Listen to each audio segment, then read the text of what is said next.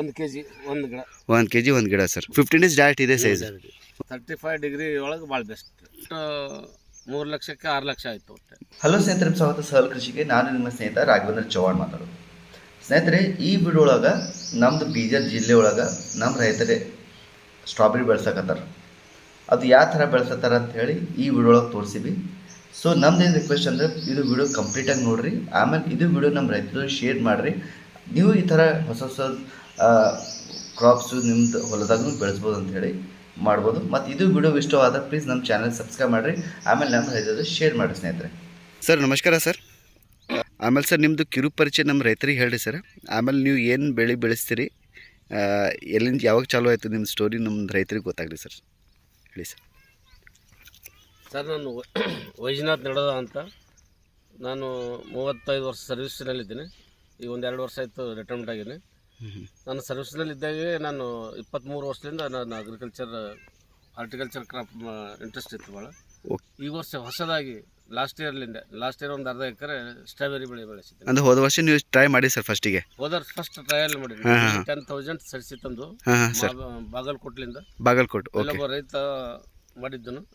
ನಾನು ಅಲ್ಲೇ ಹೋಗಿ ಅಲ್ಲಿ ಹಾಲ್ಟ್ ಮಾಡಿ ಅಲ್ಲಿಂದ ಕ್ಲೈಮೇಟಕ್ಕೂ ನಮ್ಮ ಬೀದರ್ ಕ್ಲೈಮೇಟಕ್ಕೆಲ್ಲ ಸ್ಟಡಿ ಮಾಡಿ, ನಮ್ಮ ಬೀದರ್ಗಿಂತಲೂ ಅಲ್ಲಿ ಹೆಚ್ಚಿಗೆ ಸೆಕೆ ಇತ್ತು, ಅದನ್ನು ಒಳ್ಳೆ ಬೆಳೆಸ್ತಾ ಇದ್ದವು. Okay sir, okay. ಅಲ್ಲಿ ಒಂದು ಸ್ಟಡಿ ಮಾಡಿದ್ಮೇಲೆ ಮತ್ತು ನಮ್ಮ ಬೀದರ್ ಎಷ್ಟು ಕೋಲ್ಡ್ ಇದೆ, ಅವನು ಅದಕ್ಕಿಂತಲೂ ಚಲೋ ಕ್ಲೈಮೇಟಿಗೆ ನಾವು ಯಾಕೆ ಮಾಡಬಾರ್ದು ಅಂತೇಳಿ ನಾವು ಡಿಸೈಡ್ ಮಾಡಿ ಒಂದು 10,000 ಆಗಿ ಇಲ್ಲಿಂದ ನಾವು ಅಲ್ಲಿ ಸ್ಟಾರ್ಟ್ ಮಾಡ್ತೀವಿ. ಹೋದ ವರ್ಷ ಸರ್? ಹೋದ ವರ್ಷ ಅದು ಅರ್ಧ ಎಕರೆ ಅಷ್ಟೇ ಮಾಡಿದ್ರೆ ಸರ್? ಎಕರೆ. ಓಕೆ. ಅದ್ರಾಗ ಇಲ್ಲಿ ನಮಗೆ ಸ್ಟಾರ್ಟಿಂಗ್ ಇತ್ತು, ನಾವು ಅಷ್ಟು ಐಡಿಯಾ ಇರಲಿಲ್ಲ. ಒಂದು ಡೆತ್ ರೇಟ್ ಮಳೆ ಹೆಚ್ಚಿಗಾಗಿ ಡೆತ್ ರೇಟ್ ಒಂದು 30% ಆಗಿತ್ತು. Okay sir. 10,000ದಾಗ ಒಂದು 3,000 ಅಂತೂ ಡ್ಯಾಮೇಜ್ ಆಗಿತ್ತು. ಬರೀ 7,000 ಸಸ್ಯಗಳಲ್ಲಿ ನಾವು 3 ಲಕ್ಷ ಖರ್ಚಾಗಿತ್ತು ನಮ್ಮದು ಹೋದ ವರ್ಷ. ಒಟ್ಟು 3 ಲಕ್ಷಕ್ಕೆ 6 ಲಕ್ಷ ಆಯಿತು. ಓಕೆ. 3 ಲಕ್ಷ ಖರ್ಚು, 6 ಲಕ್ಷ 3 ಲಕ್ಷ ಹೋದ್ರೆ ಒಟ್ಟು 3 ಲಕ್ಷ. ಅದೇ ನೀವು 3 ಲಕ್ಷ 3 ಲಕ್ಷ ನಮಗೆ ಪ್ರಾಫಿಟ್ ಬಂತ್ರಿ ಹೋದ ವರ್ಷ.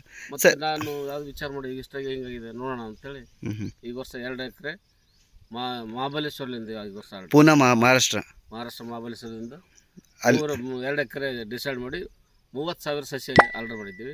ಸರ್ ಅದರೊಳಗೆ 2 ಟೈಪ್ ಇದೆ. ಒಂದು 23,000 ವಿಂಟರ್ ಡೌನ್ ಇದೆ, ಒಂದು 7,000 ಅದು RN ಅಂತ ಒಂದು ವೆರೈಟಿ ಇದೆ. ಓಕೆ. 2 ವೆರೈಟಿ ನಾವು ಇಲ್ಲಿ ಹಾಕ್ತಾಯಿದ್ದೀವಿ. ಪ್ರತಿ ಒಂದು ಸಸಿಗೆ 13 ರೂಪಾಯಿ ನಮಗೆ ಇಲ್ಲಿ ಖರ್ಚು ಇನ್ಕ್ಲೂಡ್ ಟ್ರಾನ್ಸ್ಪೋರ್ಟ್ ಆಗಿದೆ. 3,90,000 ಒಟ್ಟು ನಮ್ಮ ಸಸಿದ ರೇಟ್ ಆಗಿದೆ. ಸಸಿ ಇದೆ ಸರ್ ಅಷ್ಟು? Okay sir. ಇದು ಸ್ವಲ್ಪ ಕಾಸ್ಟ್ಲಿ ಕ್ರಾಪ್ ಇರೋದರಿಂದ ನಮಗೆ ಮೇಂಟೆನೆನ್ಸ್ ಭಾಳ ಕಾಸ್ಟ್ಲಿ ಬರ್ತದೆ. ಒಟ್ಟಿನಲ್ಲಿ ಎವರೇಜ್ ಎಕರ್ಗೆ 5 to 6 lakhs ಬರ್ತದೆ ಅಂತ ಹೇಳ್ತಾರೆ ಎಲ್ಲರೂ. ಅಂದರೆ ಇದು ಸಸಿಗಳು ಗೊಬ್ಬರ ಇನ್ಕ್ಲೂಡಿಂಗ್ ಸಸಿ ಗೊಬ್ಬರ, ಮಲ್ಚಿಂಗು, ಡ್ರಿಪ್ಪಿಂಗು ಎಲ್ಲ ಹಿಡಿದ್ರೆ 5 to 6 lakhs ಬರ್ತದೆ. Okay sir. ಬಟ್ ನಮ್ಗೆ ಸ್ವಲ್ಪ ಲಾಸ್ಟ್ ಇಯರ್ ಸ್ವಲ್ಪ ಎಕ್ಸ್ಪೀರಿಯನ್ಸ್ ಆಗಿನ ಕಡೆಯಿಂದ ಸ್ವಲ್ಪ ನಾನಷ್ಟು ಮಿನಿಮಮ್ ಮಾಡಿ ಒಂದು 5 lakhs ಎಕರಿಗೆ ಬರೋಂಗೆ ನಾವು ವ್ಯವಸ್ಥೆ ಮಾಡಿದ್ದೀವಿ. ಸರ್, ಇದು ಯಾವ ತಿಂಗಳು ಪ್ಲಾಂಟೇಶನ್ ಮಾಡಿದ್ರೆ? ಪ್ಲಾಂಟೇಶನ್ ಸೆಪ್ಟೆಂಬರ್ 15ರಿಂದ ಅಕ್ಟೋಬರ್ 15 ಬೆಸ್ಟ್ ಪೀರಿಯಡ್. ಸೆಪ್ಟೆಂಬರ್ 15ರಿಂದ ಒಂದು. Okay sir. ಅದು ಪ್ಲಾಂಟೇಶನ್ ಆಗಿ ಒಂದು 45 ಡೇಸ್ಗೆ ಸ್ಟಾರ್ಟ್ ಆಗಿಬಿಡುತ್ತೆ. ಕಾಯಿಗಳು ಚಾಲು ಆಗುತ್ತೆ, ಫ್ರೂಟಿಂಗ್ ಚಾಲು ಆಗುತ್ತೆ 45 ಡೇಸ್.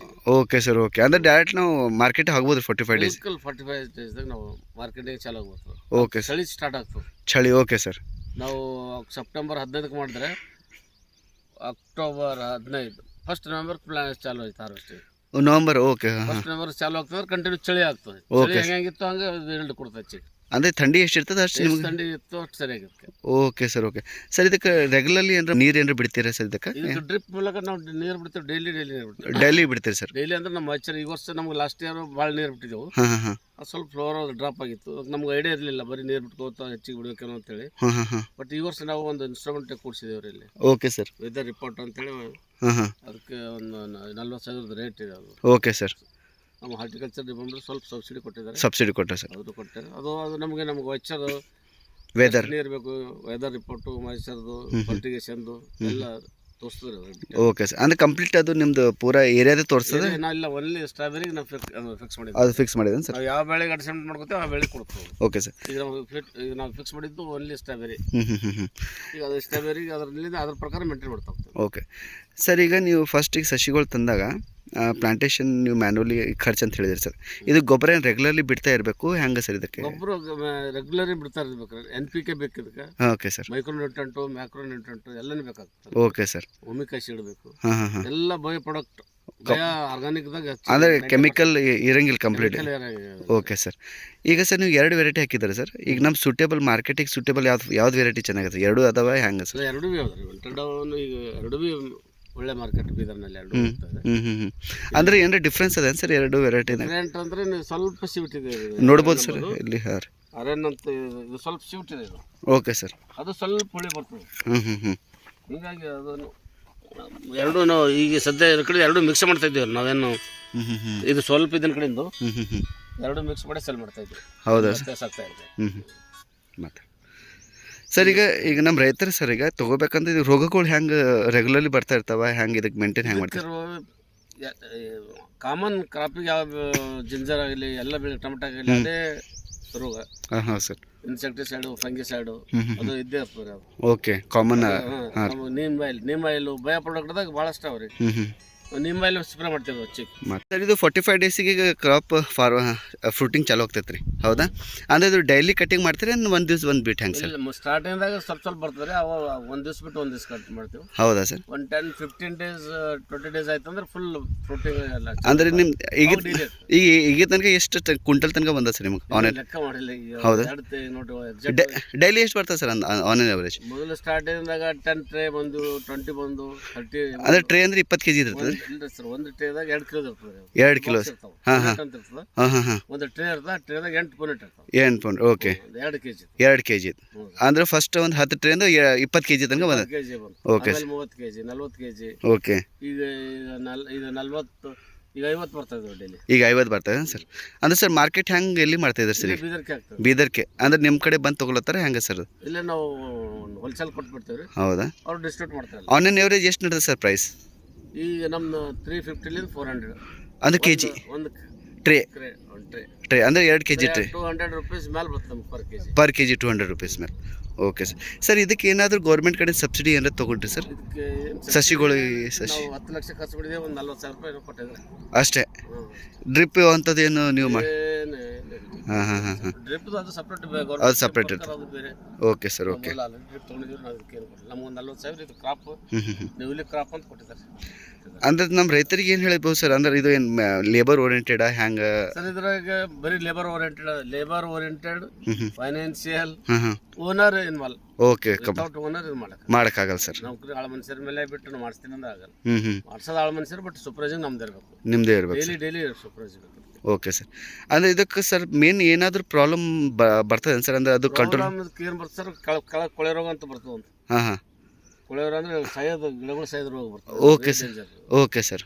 ಅದು ಸೈಲಾರ್ದಂಗೆ ನಾವು ಬೆಡ್ ಏನು ಪ್ರಿಪ್ರೇಷನ್ ಏನು ಸ್ಟಾರ್ಟಿಂಗ್ ಗೊಬ್ಬರ ಹಾಕ್ತೀವಿ, ಅವಾಗೇನೋ ಎಲ್ಲ ಮಾಡ್ಕೊಳ್ಬೇಕು. ಅಂದರೆ ಸ್ಟಾರ್ಟಿಂಗ್ ಏನು ಇರಲಿಲ್ಲ ನಮ್ಗೆ. ಲಾಸ್ಟ್ ಇಯರ್ ಐಡಿಯಾ ಇರಲಿಲ್ಲ.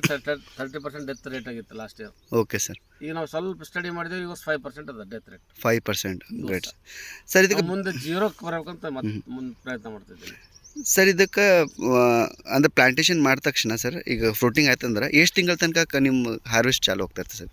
ಅಪ್ ಟು ಮಾರ್ಚ್ ತನಕ.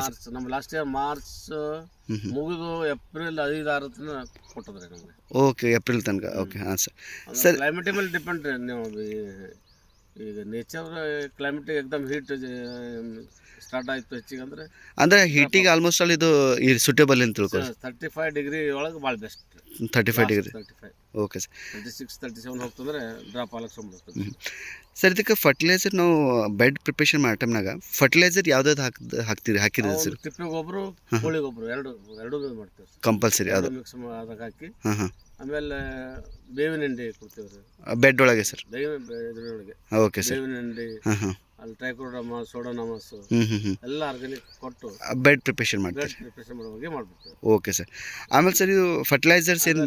ಹಾಂ ರೀ. ಮಿಕ್ಸ್ ಯಾರಮಿಲ್ಲ ಕಾಂಪ್ಲೆಕ್ಸ್ ಅಂತ ಅದ್ರಾಗ NPK, ಮೈಕ್ರೋನ್ಯೂಟ್ರೆಂಟ್ ಎಲ್ಲ ಮಿಕ್ಸ್ ಮಾಡಿ ಅದ್ರಾಗೆ ಬೇಸನ್ ಡೋಸ್ ಕೊಟ್ಬಿಟ್ಟು. Basal dose sir. ಆಮೇಲೆ ಫ್ರೀಕ್ವೆಂಟ್ಲಿ ಎಷ್ಟು ದಿವಸ ನಾವು 15 ದಿವಸಕ್ಕೊಮ್ಮೆ ನಾವು NPK, micronutrient, humic acid. Sir ನಿಮ್ದು ಟೈಮ್ ಸಮಯ ಕೊಟ್ಟಿದ್ದು ಫುಲ್ ಧನ್ಯವಾದ sir. Thank you so much sir. ನಮ್ಮ ರೈತರ ಪರವಾಗಿ ನಿಮಗೆ ಧನ್ಯವಾದ. ಗ್ರೋತ್ ಚೆನ್ನಾಗ್ತೈತೆ ಫಸ್ಟ್, ಯಾಕಂದ್ರೆ ಇದು ನಿಮ್ದು ಏನು ಹೊಸ ಪ್ರಯತ್ನ ಸರ್ ನಮ್ಮ ಬೀದರ್ ಮಂದಿಗೆ ಭಾಳ ಯೂಸ್ ಆಗತ್ತೆ ಅಂತ ತಿಳ್ಕೊತೀನಿ. ಆಮೇಲೆ thank you so much sir. Thank you. ಈ ಹೂವು ಏನು ಸರ್ ಇವೆಲ್ಲ ಫ್ಲೋರಿಂಗ್. ಈ ಫ್ಲವರಿಂಗ್ ಬಂದ ತಕ್ಷಣ ಕಾಯಿಗಳು ಎಷ್ಟು ದಿವಸ ಬಂದ್ಬಿಡ್ತದೆ ಸರ್? ಇದು ಈಗ ಫ್ಲೋರಿಂಗ್ ಬಂದ ನೋಡಿ ಸರ್. ಇದು 15 ಡೇಸ್. ಇದು ಒಂದು ಫ್ಲವರ್ ಸರ್, ಹೌದಾ? ಇದು 15 ಡೇಸ್ ರೆಡಿ ಆಯ್ತು. ಹಾಂ, ಇದು 15 ಡೇಸ್. ಇದು ಆದ್ಮೇಲೆ ಇದು ಬರ್ತೇನೆ ಸರ್? ಇದು ಹಾಂ ಸರ್, 15 ಡೇಸ್ ಇಲ್ಲ ಈಗ ಸೈಜ್ಗೆ ಬಂದ್ಬಿಡ್ತದೆ ಸರ್. 15 ಡೇಸ್ ಡೈರೆಕ್ಟ್ ಇದೆ ಸೈಜ್. ಓಕೆ. ಈ ಸೈಜ್ನಿಂದ ಒಂದು 2-3 ದಿವಸದಾಗ ಹಣ್ಣಾಗಿ ಆಗಿ ಸ್ಟಾರ್ಟ್. ಸರ್ ಇದು ಜಸ್ಟ್ ಒಂದು ಪ್ಲಾಂಟ್ ಒಳಗೆ ಎಷ್ಟು ಕೆ ಜಿ ತನಕ ಬರ್ಬೋದು ಸರ್ ಅಂದಾಜು? ಎಷ್ಟು ಸರಿಯಾಗಿ ಬೆಳೆದ್ರೆ ಒಂದು ಗಿಡ 1 kg ಕೊಡುತ್ತೆ ಅಂತ ಹೇಳ್ತಾರೆ ಲಾಸ್ಟ್ ಫುಲ್ ಕಂಪ್ಲೀಟ್ ಪೀರಿಯಡ್ ತನಕ. Okay okay. ಒಂದು kg ಒಂದು ಗಿಡ. 1 kg ಒಂದು ಗಿಡ ಸರ್. ಬಟ್ ಈಗ ನಾವು ಕಂಪ್ಲೀಟ್ ಹಾರ್ವೆಸ್ಟ್ ಆಗಿದ್ಮೇಲೆ ನಾವು ಕ್ಯಾಲ್ಕುಲೇಟ್ ಮಾಡ್ತೀವಿ. ಯಾಕಂದ್ರೆ ಒಂದೊಂದು ಅರ್ಧ kgನೂ ಲೆಕ್ಕ ಇಟ್ಟಿದ್ದೇವೆ.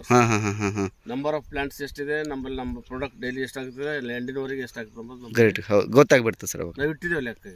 ಅದಕ್ಕೆ ಒಂದು ಪ್ಲಾಂಟ್ ಎಷ್ಟು kg ಬರೀ ಕೇಳಿದೇವೆ ನಾವು. ಸರಿಯಾಗಿ ಬೆಳೆಸಿದ್ರೆ 1 kg ಕೊಡ್ತದೆ. 1 kgಕ್ಕಿಂತ ಸ್ವಲ್ಪ ಹೆಚ್ಚಿಗೆ ಕೊಡ್ಬೋದು.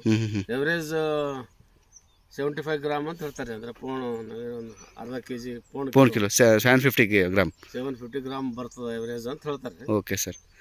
ಸರ್ ಈಗ ಟೋಟಲ್ 1 ಎಕರೆ ಒಳಗೆ ಇಳುವರಿ ಎಷ್ಟು ಬರ್ತದೆ ಅಂತ ಹೇಳಿ ಸರ್ ನಿಮಗೆ? ಟೋಟಲ್ ಎಕರೆ ಈಗ ಸಿಂಪಲ್ ಎಕರೆಗೆ 15,000 ಕೊಡ್ಸಿದಾರೆ. 2 ಎಕರೆ 15,000 ಪ್ಲಾಂಟ್ ಕೊಡ್ಸಿದಾರೆ. 15 ಎಕರೆ 15,000 plant KG. 15,000 KG simple. Okay.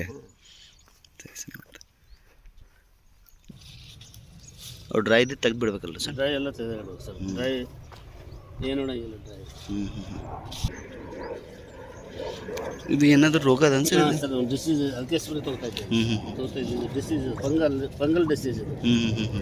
Fungal disease. Okay. ಬಯೋತ್ರಿ ನೋಡ್ತೀರಿ ಹೊಡೆದ್ರೆ ಅದು ಕಂಪ್ಲೀಟ್ ಆಗುತ್ತೆ. ಬಯೋತ್ರಿ ನೋಡ್ತೀರಿ ಏನು ಸರ್? ಸರ್ ಬಯೋದಾಗ. ಓಕೆ.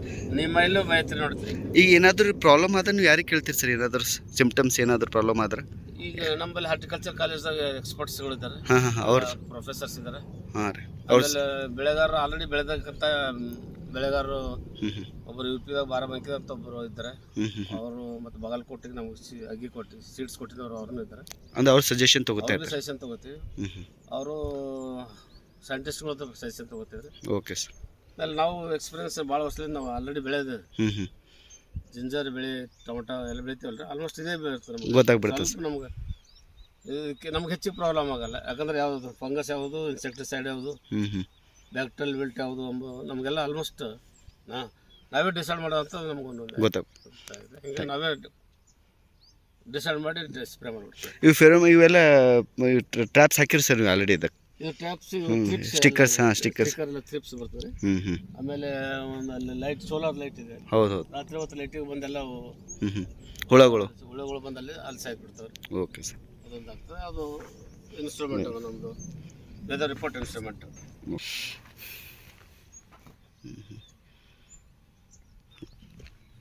ನಾಳೆ ಒಂದು ಪ್ಲಾಟ್ ಮಾಡಿದೇವಲ್ಲ, ಅವನಿಗೆ ಕೇಳೋರೀಗ, ಅವನಿಗೆ ಮಾತಾಡೋನಿಗೆ ಸರಿ ಜಮೀನು.